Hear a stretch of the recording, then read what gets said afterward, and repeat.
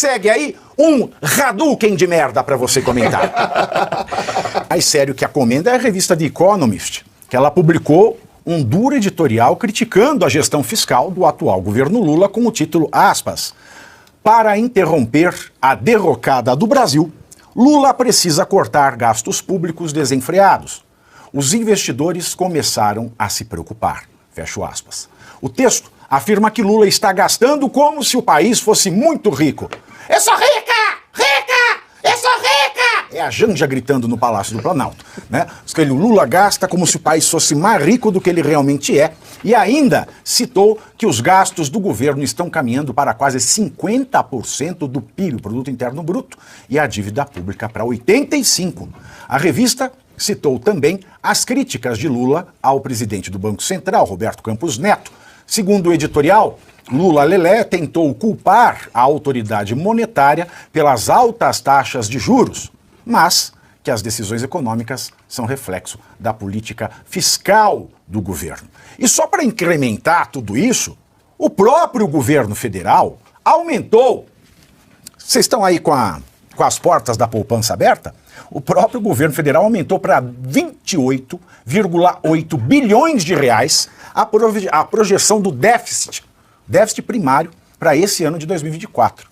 Segundo o relatório bimestral de receitas e despesas divulgado ontem pelo Ministério do Planejamento, que não planeja porcaria nenhuma, né? E orçamento. O relatório anterior, divulgado em maio, previa déficit de 14,5 bilhões de reais. Ou seja, a projeção do rombo das portas da poupança do brasileiro praticamente dobrou de valor em apenas 2 meses.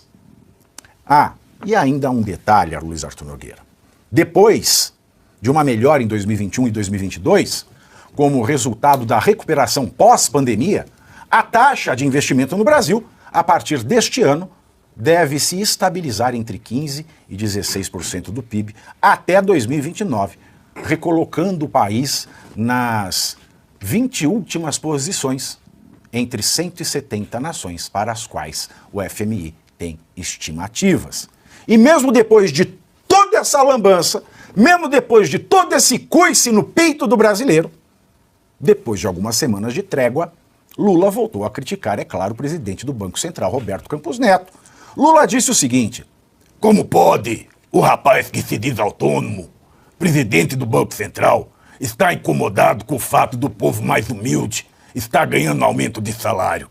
Lula disse que sempre foi contra a autonomia do Banco Central, mas que duvida que Campos Neto seja mais autônomo do que foi Henrique Meirelles, presidente do Banco Central, nos seus 2 mandatos, época em que a lei da autonomia do órgão ainda não existia. Lula avisou que vai definir um nome para o comando do Banco Central que seja competente do ponto de vista técnico, muito honesto